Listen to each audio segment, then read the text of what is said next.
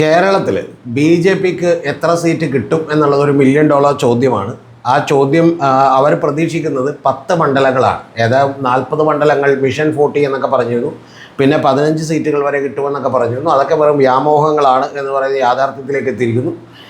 പക്ഷേ ഏറ്റവും ഒടുവിൽ അവർ കാറ്റിക്കുറുക്കി എടുത്തിട്ടുള്ള ഒരു 10ഓളം മണ്ഡലങ്ങളുണ്ട്. ആ മണ്ഡലങ്ങളിലാണ് അവർക്ക് വിജയപ്രതീക്ഷയുടെ ഒരു കണികയെങ്കിലും ബാക്കിയുള്ളത്. NS മാധവനൊക്കെ പറഞ്ഞത് ബി ജെ പിക്ക് ഒരു സീറ്റ് പോലും കിട്ടില്ല എന്നാണ്. ഞാനും നേരത്തെ നിങ്ങളോട് പറഞ്ഞിരുന്നത് അങ്ങനെ തന്നെയാണ്. സാധ്യതകൾ വളരെ വളരെ കുറവാണ്, 0 സീറ്റുകളിലേക്ക് എത്താനാണ്. പക്ഷേ എങ്കിലും നമ്മളൊന്ന് പരിശോധിക്കുകയാണ്. ബി ജെ പിക്ക് ഏറ്റവും സാധ്യതയുള്ള 10 മണ്ഡലങ്ങളെക്കുറിച്ച് നമ്മളൊന്ന് പരിശോധിക്കുകയാണ്.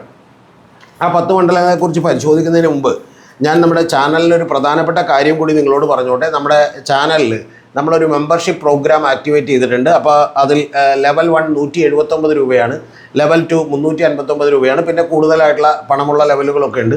അതെടുത്തത് കൊണ്ട് നിങ്ങൾക്ക് പ്രത്യേകിച്ച് പ്രയോജനമൊന്നും ഇല്ല, വലിയ പ്രയോജനമൊന്നുമില്ല. നിങ്ങൾക്കാകെ കിട്ടുന്നത് വീഡിയോകൾ കാണാം എന്നുള്ളത്, കുറച്ച് നേരത്തെ കാണാം എന്നുള്ളത് മാത്രമാണ്. പക്ഷെ അതെടുത്തുകൊണ്ട് നമ്മളെ സപ്പോർട്ട് ചെയ്യണം എന്നുള്ളതാണ് നമ്മൾക്ക് നിങ്ങളോട് അഭ്യർത്ഥിക്കാനുള്ളത്. അതിൻ്റെ പ്രധാനപ്പെട്ട കാരണം ഇവിടെ സത്യം പറയുന്ന ഒരു മീഡിയകളൊക്കെ കൂടി വേണം. നമ്മുടെ വലിയ സാറ്റലൈറ്റ് ചാനലുകൾ മുതൽ താഴേക്കിടയിലുള്ള യൂട്യൂബ് ചാനലുകൾ വരെ ഏതെങ്കിലും സൈഡ് പിടിച്ചുകൊണ്ട്, പക്ഷം പിടിച്ചുകൊണ്ട് മാത്രം റിപ്പോർട്ട് ചെയ്യുന്ന ആളുകളാണ്. അതുകൊണ്ടാണ് പെൻസിൽ വര വിള്ളലാകുന്നതും അതുപോലെ തന്നെ ഒരിക്കലും എം സ്വരാജ് കാണാത്ത പ്രതീഷ് വിശ്വനാഥനുമായി കൂട്ടിച്ചേർത്തിട്ടുള്ള ചിത്രങ്ങളൊക്കെ വരുന്നത്. ഇപ്പം തന്നെ ചില മാധ്യമങ്ങളൊക്കെ തന്നെ, ഏഷ്യാനെറ്റും മീഡിയ വണ്ണും ഒക്കെ തന്നെ സതീശൻ്റെ PR എടുത്തുകൊണ്ടുള്ള പ്രവർത്തനങ്ങളാണ് നടത്തുന്നത്. അങ്ങനെ മാത്രം പോരാ, സത്യമൊക്കെ കൂടി ജനങ്ങൾ അറിയണം എന്ന് നിർബന്ധമുള്ളത് കൊണ്ടാണ് നമ്മൾ ഇത്തരത്തിലുള്ള സപ്പോർട്ട് ചോദിക്കുന്നത്. ഇത്തരത്തിൽ മന്ത്ലി ഈ എമൗണ്ടുകൾ അടച്ച് സപ്പോർട്ട് ചെയ്യാൻ കഴിയാത്തവർക്ക് വേണ്ടിയിട്ട് നമ്മൾ താഴെ ഇതിൻ്റെ GPay നമ്പർ വെച്ചിട്ടുണ്ട്, കൂടാതെ നമ്മുടെ അക്കൗണ്ട് നമ്പർ വെച്ചിട്ടുണ്ട്. അതും കൂടി നിങ്ങൾക്ക് ഉപയോഗപ്പെടുത്താം. സപ്പോർട്ട് ചെയ്യാൻ താല്പര്യമുള്ളവർക്ക് എന്ത് ചെയ്യാം, സപ്പോർട്ട് ചെയ്യാം എന്ന് മാത്രമേ പറയുന്നുള്ളൂ. അതിന് കഴിയാത്തവരൊക്കെ വീഡിയോ കണ്ടുകൊണ്ട് നമ്മളെ സപ്പോർട്ട് ചെയ്താൽ മതി. കൂടാതെ നിങ്ങളുടെ അഭിപ്രായങ്ങളൊക്കെ രേഖപ്പെടുത്തണം എന്നുള്ളത് മാത്രമാണ് എനിക്ക് പറയാനുള്ളത്. നമ്മുടെ ടോപ്പിക്കിലേക്ക് വന്നിട്ടുണ്ടെങ്കിൽ 10 മണ്ഡലങ്ങൾ ഇതാണ് ബി ജെ പിയുടേത്. അത് ഓരോന്നായി പരിശോധിക്കാം. അതിനു മുമ്പ് ഞാൻ ആ ലിസ്റ്റ് ഒന്ന് വായിക്കാം. ആദ്യത്തേത് മഞ്ചേശ്വരമാണ്, കാസർഗോഡാണ്, പാലക്കാടാണ്, മലമ്പുഴയാണ്, തൃശ്ശൂരാണ്. ഇതാണ് ആ സൈഡിലുള്ള 5 മണ്ഡലങ്ങളെങ്കിൽ നമ്മൾ തെക്കൻ കേരളത്തിലേക്ക് വരുമ്പോൾ ചാത്തന്നൂരുണ്ട്, നേമമുണ്ട്, വട്ടിയൂർക്കാവുണ്ട്, കഴക്കൂട്ടമുണ്ട്, കാട്ടാക്കടയുണ്ട്. ഈ 5 മണ്ഡലങ്ങളുടെയും സ്ഥിതിവിവരം എന്താണെന്നുള്ളത് നമുക്കൊന്ന് പരിശോധിക്കാം. അവിടെയൊക്കെ എത്ര സീറ്റുകൾ ബി ജെ പി നേടും എന്നുള്ളതാണ് നമ്മളൊന്ന് പരിശോധിക്കുന്നത്. അതിലേറ്റവും ആദ്യത്തേത് മഞ്ചേശ്വരമാണ്. മഞ്ചേശ്വരത്ത് AKM അഷ്റഫാണ് മത്സരിക്കുന്നത്. ഇന്ത്യൻ യൂണിയൻ മുസ്ലിം ലീഗിൻ്റെ സ്ഥാനാർത്ഥിയാണ്. ബി ജെ പിയുടെ K സുരേന്ദ്രനാണ്. കഴിഞ്ഞ തവണ K സുരേന്ദ്രൻ 784 വോട്ടുകൾക്കും 800-ൽ താഴെ വോട്ടുകൾക്കും അതുപോലെ തന്നെ ഒരു തവണ 85 വോട്ടുകൾക്ക് പരാജയപ്പെട്ടിട്ടുള്ളതാണ് ഈ പറയുന്ന K സുരേന്ദ്രൻ. 100-ൽ താഴെ വോട്ടുകൾക്കുമാണ് 2 തവണ അദ്ദേഹം പരാജയപ്പെട്ടത്.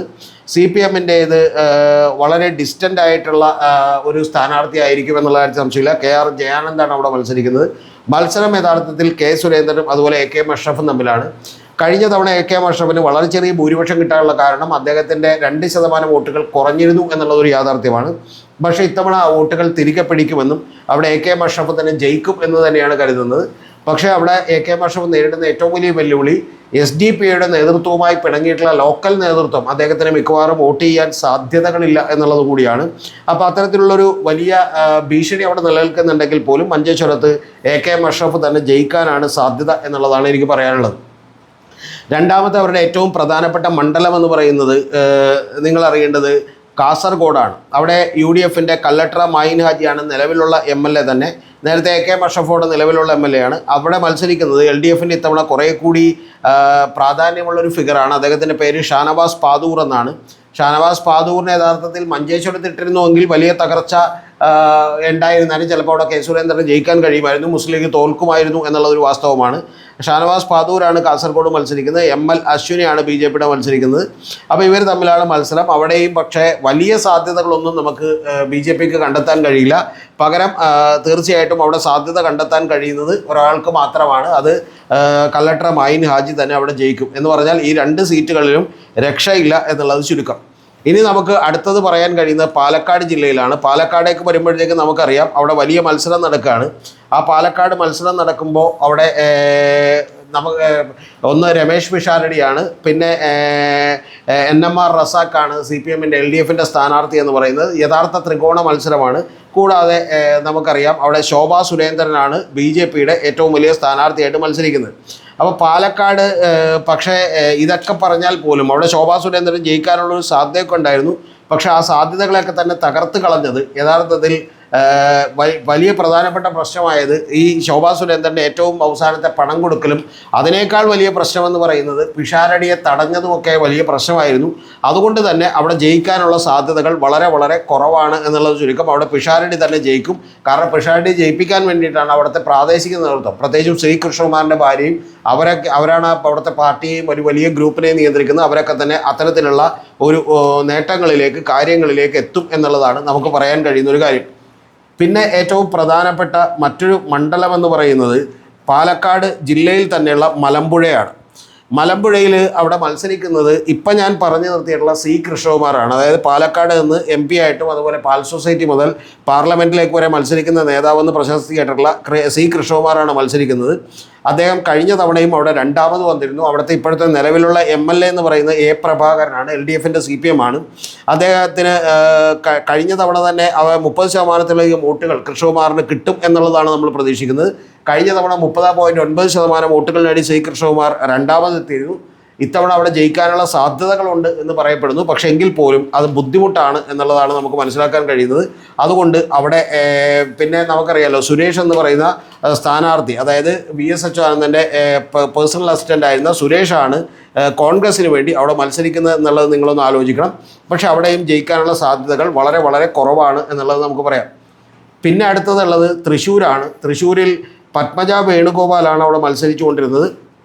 അവിടെ തൃശ്ശൂരിൽ പത്മജ വേണുഗോപാൽ മത്സരിക്കുമ്പോൾ തന്നെ അവിടെ P ബാലചന്ദ്രനായിരുന്നു കഴിഞ്ഞ തവണത്തെ MLA. അദ്ദേഹം ഇത്തവണ മത്സരിക്കുന്നില്ല. അദ്ദേഹം CPIയിൽ നിന്നാണ്. ഇത്തവണ മത്സരിക്കുന്നത് കവിയായിട്ടുള്ള ആലങ്കോട് ലീലാകൃഷ്ണനാണ്. കൂടാതെ UDFൻ്റെ മത്സരിക്കുന്നത് രാജൻ പല്ലനാണ്. ഏതാണ്ട് 30% വോട്ടുകളാണ് എല്ലാവർക്കും തന്നെ കിട്ടിയിട്ടുള്ളത്. പക്ഷേ ഇത്തവണ അവിടെ രാജൻ പല്ലൻ ജയിക്കാനാണ് സാധ്യത. അതിൻ്റെ പ്രധാനപ്പെട്ട വിഷയം FCRIയുമായി ബന്ധപ്പെട്ടും അതുപോലെ തന്നെ ക്രിസ്ത്യൻ മൈനോറിറ്റീസിൻ്റെ വോട്ടുകളുമൊക്കെ തന്നെ സാധാരണ കഴിഞ്ഞ തവണ അത് കുറേ കൂടി പത്മജ വേണുഗോപാലിനൊക്കെ കിട്ടിയതാണ്. കഴിഞ്ഞ തവണ പത്മജ തന്നെ മത്സരിച്ചതാണ്. വളരെ ചെറിയ ഭൂരിപക്ഷത്തിനാണ് പരാജയപ്പെട്ടത്. പക്ഷേ ഇത്തവണ അത്തരത്തിലുള്ള ഒരു ഭൂരിപക്ഷത്തിലേക്ക് പത്മജ വേണുഗോപാൽ എത്താനുള്ള സാധ്യതകളില്ല എന്നുള്ളതാണ് നമുക്ക് മനസ്സിലാക്കാൻ കഴിയുന്ന ഒരു കാര്യം. അപ്പോൾ ഇത്തരത്തിൽ 5 മണ്ഡലങ്ങൾ എടുത്തു വെച്ചാൽ ആ 5 എണ്ണത്തിലും തന്നെ വലിയ പ്രതീക്ഷകളൊന്നും തന്നെ ഒരു കാരണവശാലും BJPക്ക് ഉണ്ടാകാൻ സാധ്യതയില്ല എന്നുള്ളതാണ് നമ്മൾ മനസ്സിലാക്കേണ്ട ഒരു കാര്യം. ഇനി അടുത്തത് കൊല്ലത്തേക്ക് വരുമ്പോൾ അവിടെ ഒരു പ്രധാനപ്പെട്ട മണ്ഡലമുണ്ട്. അത് കഴിഞ്ഞ തവണയും രണ്ടാമതെത്തിയൊരു മണ്ഡലമാണ്, വലിയ നേട്ടമുണ്ടാക്കിയിട്ടുള്ള മണ്ഡലമാണ്. അത് ചാത്തന്നൂരാണ്. ചാത്തന്നൂരിൽ ഇത്തവണ മത്സരിക്കുന്നത് ഗോപകുമാറാണ് മത്സരിക്കുന്നത്, BJPയുടേത്. അവിടെ കഴിഞ്ഞ തവണ മത്സരിച്ച് ജയിച്ചത് R രാജേന്ദ്രനാണ് CPയുടെ മത്സരിച്ച് ജയിച്ചത്. ഇത്തവണയും LDFൻ്റെ സൂരജ് രവിയാണ് അവിടെ മത്സരിക്കുന്നത്. UDFൻ്റെ സൂരജ് രവിയാണ് മത്സരിക്കുന്നത്. ഇത്തവണയും അവിടെ തന്നെ LDF ജയിക്കാനാണ് സാധ്യത. കറൻറ്റ് MLA എന്ന് പറയുന്നത് CS ജയലാലായിരുന്നു, CPIയുടെ MLA ആണ്. അദ്ദേഹത്തെ മാറ്റിക്കൊണ്ട് R രാജേന്ദ്രനാണ് മത്സരിക്കുന്നത്. രാജേന്ദ്രൻ ജയിക്കുമെന്നാണ് ഞാൻ വിചാരിക്കുന്നത്. കാരണം ചാത്തന്നൂരും വലിയ അത്ഭുതങ്ങളൊന്നും നടത്താനായിട്ട് ഗോപകുമാറിന് കഴിയില്ല. കഴിഞ്ഞ തവണ ഗോപകുമാർ മത്സരിച്ച് വലിയ വോട്ട് പിടിച്ചിട്ടുള്ള ഒരു മണ്ഡലമാണ്. പക്ഷെ അതിനപ്പുറത്തേക്ക് ഒരു മുന്നേറ്റം ഉണ്ടാക്കാനായിട്ട് ചാത്തന്നൂർ കഴിയില്ല എന്നുള്ളതാണ് വാസ്തവം. ഇനി അടുത്തത് എന്ന് പറയുന്നത് നേമമാണ്. നേമത്ത് നമുക്കറിയാം അവിടെ വലിയ ത്രികോണ മത്സരം നടക്കുന്ന ഏറ്റവും വലിയ മണ്ഡലമാണ്. ആ മണ്ഡലത്തിൽ മത്സരിക്കുന്ന ആരാണെന്ന് പറയേണ്ട കാര്യമില്ല. കാരണം ഒന്ന് വിദ്യാഭ്യാസ വകുപ്പ് മന്ത്രിയായിട്ടുള്ള V ശിവൻകുട്ടിയാണ്. രണ്ടാമത്തേത് നമുക്കറിയാം രാജീവ് ചന്ദ്രശേഖറാണ്. രാജീവ് ചന്ദ്രശേഖർ ജയിക്കുമെന്ന് വിചാരിക്കുന്ന ലോക്കൽ ബോഡിയിലും പാർലമെൻറ്റിലുമൊക്കെ തന്നെ ഭൂരിപക്ഷം BJPക്ക് വന്നിട്ടുള്ള 2 മണ്ഡലങ്ങളുണ്ട്. ആ 2 മണ്ഡലങ്ങളിൽ ഒരെണ്ണം എന്ന് പറയുന്നത് ഈ പറയുന്ന നേമമാണ്, മറ്റൊരെണ്ണം വട്ടിയൂർക്കാവാണ്.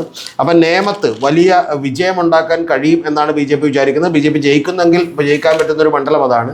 പക്ഷെ അവിടെയും ഒരു നേരിയ ഭൂരിപക്ഷത്തിനെങ്കിലും ശിവൻകുട്ടി തന്നെ ഇത്തവണയും ജയിക്കാനാണ് സാധ്യത എന്നുള്ളതാണ്. കോൺഗ്രസിൻ്റെ സ്ഥാനാർത്ഥി ശബരിനാഥനാണ്. ശബരിനാഥൻ്റെ വോട്ട് പിടിക്കലിൽ കുറഞ്ഞാൽ മാത്രമേ അവിടെ യഥാർത്ഥത്തിൽ നമ്മുടെ BJPക്ക് സാധ്യതകളുള്ളൂ, അല്ലെങ്കിൽ രാജീവ് ചന്ദ്രശേഖർ സാധ്യതകളുള്ളൂ. സാധാരണ അദ്ദേഹത്തിന് 66,000-ഓളം വോട്ടൊക്കെ കിട്ടിയതാണ് പാർലമെൻറ്റിലേക്ക്. വലിയ ഭൂരിപക്ഷം കിട്ടിയതാണ്. ഇവർ രണ്ടുപേരെക്കാൾ 20,000-ലധികം ഭൂരിപക്ഷം കിട്ടിയതാണ്. പക്ഷേ സംസ്ഥാന നിയമസഭകളിലേക്ക് വരുമ്പോൾ ചരിത്രം മാറുമെന്നുള്ളത് നമുക്കറിയാം. അതാണ് ഏറ്റവും പ്രധാനപ്പെട്ട കാര്യം. രണ്ടാമത്തേത് നമുക്കറിയാം വട്ടിയൂർക്കാവാണ്. വട്ടിയൂർക്കാവിൽ അടപടലം പാടിപ്പോയി BJPയുടെ സ്ഥാനാർത്ഥി നിർണയം എന്നാണ് എനിക്ക് പറയാനുള്ളത്. അവിടെ CPM-ന്റെ VK പ്രശാന്താണ്, അതായത് മേയർ ബ്രോ എന്നൊക്കെ അറിയപ്പെട്ടിരുന്ന VK പ്രശാന്താണ് MLA ആയി നല്ല പ്രവർത്തനം കാഴ്ചവെച്ചിട്ടുള്ള VK പ്രശാന്താണ് മത്സരിക്കുന്നത്. കൂടാതെ K മുരളീധരനാണ് മത്സരിക്കുന്നത്. R ശ്രീലേഖയാണ് മത്സരിക്കുന്നത്. വലിയ തോതിൽ നായർ സമുദായങ്ങൾക്ക് ഒട്ടുള്ള ഒരു മണ്ഡലമാണ്. പക്ഷെ അവിടെയും K മുരളീധരൻ ജയിക്കുമെന്നൊക്കെ ആളുകൾ പറയുന്നുണ്ട്. പക്ഷെ എനിക്ക് തോന്നുന്നില്ല അവിടെ K മുരളീധരൻ ജയിക്കാൻ കഴിയുമെന്ന്. അവിടെ വലിയ തോതിലുള്ള ഒരു ഇമ്പാക്ട് VK പ്രശാന്ത് ഉണ്ടാക്കിയിട്ടുണ്ട്. ഇന്ന് പോലും അദ്ദേഹം പറയുന്നത് ഞാനൊരു 15,000-നും 20,000-നും ഇടയ്ക്കൊക്കെ വോട്ടുകൾ നേടി ജയിക്കും എന്നാണ് പറയുന്നത്. 21,000-നകത്ത് വോട്ട് നേടി ജയിക്കുമെന്നാണ് പറയുന്നത്. ആ ജയം തന്നെ സംഭവിക്കാനാണ് സാധ്യത. എന്ന് പറഞ്ഞാൽ വട്ടിയൂർക്കാവിലും വലിയ തോതിലുള്ള പ്രതിസന്ധിയാണ് BJPയെ കാത്തിരിക്കുന്നത് എന്നുള്ളതാണ്. ഇനി അടുത്തൊരു മണ്ഡലം BJPയുടെ ഒരു വലിയ നേതാവ് മത്സരിക്കുന്ന മണ്ഡലമാണ് കഴക്കൂട്ടം എന്ന് പറയുന്നത്. അദ്ദേഹം കഴിഞ്ഞ 5 കൊല്ലമായിട്ട് അവിടെ വർക്ക് ചെയ്തുകൊണ്ടിരിക്കുകയാണ്. ആ 5 കൊല്ലമായിട്ട് അവിടുത്തെ ഇപ്പോൾ നിലവിലുള്ള MLA എന്ന് പറയുന്നത് കടകംപള്ളി സുരേന്ദ്രനാണ്. അദ്ദേഹത്തിന് ചെറിയ ചീത്തപ്പേരുകൾ കേരളം മുഴുവനൊക്കെ ഉണ്ടെങ്കിൽ പോലും അവിടെ അദ്ദേഹം വലിയ ജനകീയനാണ്.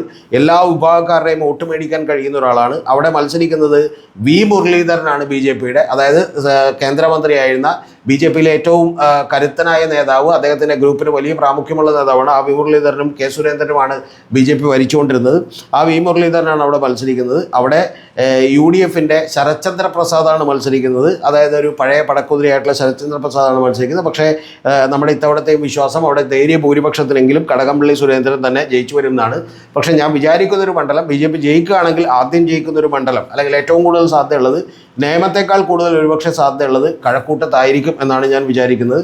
ഇതാണ് ഈ പറയുന്ന 9 മണ്ഡലങ്ങൾ നമ്മൾ കഴിഞ്ഞു. ഇനി 10ാമത്തെ മണ്ഡലം എന്ന് പറയുന്നത് കാട്ടാക്കടയാണ്. കാട്ടാക്കടയിൽ നിലവിലുള്ള MLA IB സതീഷാണ്. അവിടെ IB സതീഷിനെതിരെ മത്സരിക്കുന്നത് NDAയുടെ PK കൃഷ്ണദാസാണ്. UDF-ന്റെ MR ബൈജു എന്ന് പറയുന്ന ഒരു കാൻഡിഡേറ്റ് കൂടിയുണ്ട്. ആ MR ബൈജു ഇത്തവണ നല്ല നേട്ടമുണ്ടാക്കിയേക്കും എന്ന് തന്നെയാണ് നമ്മൾ വിചാരിക്കുന്നത്. പിന്നെ PK കൃഷ്ണദാസ് കൂടിയാണ്. പക്ഷെ അവിടെയും കാട്ടാക്കടയിലും ജയിക്കാൻ കഴിയില്ല എന്നുള്ളതാണ്. എന്ന് പറഞ്ഞാൽ 10 എടുത്തു വെച്ചാൽ ഒരു വലിയ ഫൈറ്റുകൾ കൊടുക്കാൻ കഴിയുന്ന 2 ചുരുങ്ങുന്നു. അത് നേമവും വട്ടിയൂർക്കാവുമാണ്. വേണമെങ്കിൽ നമുക്ക് ഈ പറയുന്ന പോലെ മഞ്ചേശ്വരവും കൂടി പറയാം. അവിടെ പക്ഷേ വലിയ ഫൈറ്റിനൊക്കെ ശേഷവും ഈ 3 സ്ഥലത്ത് നിന്ന് തന്നെ BJP തോൽക്കാനാണ് സാധ്യത. എന്ന് പറഞ്ഞാൽ ഇത്തവണവും BJP പൂജ്യപി ആകും എന്നുള്ളതാണ് നമുക്ക് മനസ്സിലാക്കാൻ കഴിയുന്ന ഏറ്റവും പ്രധാനപ്പെട്ട കാര്യം. ഇതാണ് അവരുടെ ഹാർഡ് കോർ ആയിട്ടുള്ള 10 മണ്ഡലങ്ങൾ. ഈ മണ്ഡലങ്ങളുടെ റിസൾട്ട് മാത്രമേ യഥാർത്ഥത്തിൽ 11-ാം തീയതി ഈ പറയുന്ന 4-ാം തീയതി 11 മണിയോടുകൂടി BJPക്ക് അറിയേണ്ടതുള്ളൂ.